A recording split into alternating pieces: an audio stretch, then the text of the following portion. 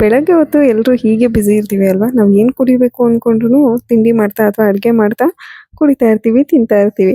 So ಎಲ್ರಿಗೂ welcome back to my channel. ಇವತ್ತು paneer chilli dry ಹೇಗೆ ಮಾಡೋದು ಅಂತ ತೋರಿಸ್ತಾ ಇದ್ದೀನಿ. ಫಸ್ಟ್ ಒಂದು ಜಾರಲ್ಲಿ ಹಸಿಮೆಣಸಿನ್ಕಾಯಿ, ಶುಂಠಿ, ಬೆಳ್ಳುಳ್ಳಿ, ಕೊತ್ತಂಬರಿ ಸೊಪ್ಪು, ಜೀರಿಗೆ ಹಾಗೆ ಸ್ವಲ್ಪ ಮೆಣಸು ಇದಿಷ್ಟನ್ನು ಹಾಕ್ಕೊಂಡು ಚೆನ್ನಾಗಿ ಗ್ರೈಂಡ್ ಮಾಡ್ಕೊಳ್ಳಿ.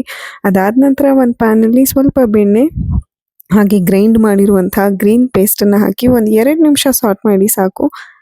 ನಂತರ ಅದಕ್ಕೆ ರುಚಿಗೆ ತಕ್ಕಷ್ಟು ಉಪ್ಪು ಹಾಗೆ ಸ್ವಲ್ಪ ಗರಂ ಮಸಾಲ ಹಾಕಿ ನೀವು ಕಟ್ ಮಾಡಿರುವಂತಹ ಪನ್ನೀರ್ ಹಾಕಿ ಫ್ರೈ ಮಾಡಿದ್ರೆ ಇನ್ಸ್ಟೆಂಟ್ ಆಗಿ ಪನ್ನೀರ್ ಚಿಲ್ಲಿ ಡ್ರೈ ರೆಡಿ ಆಗುತ್ತೆ. ಈ ರೆಸಿಪಿ ನಿಮಗೆ ಇಷ್ಟ ಆಯಿತು ಅನ್ಕೋತೀನಿ.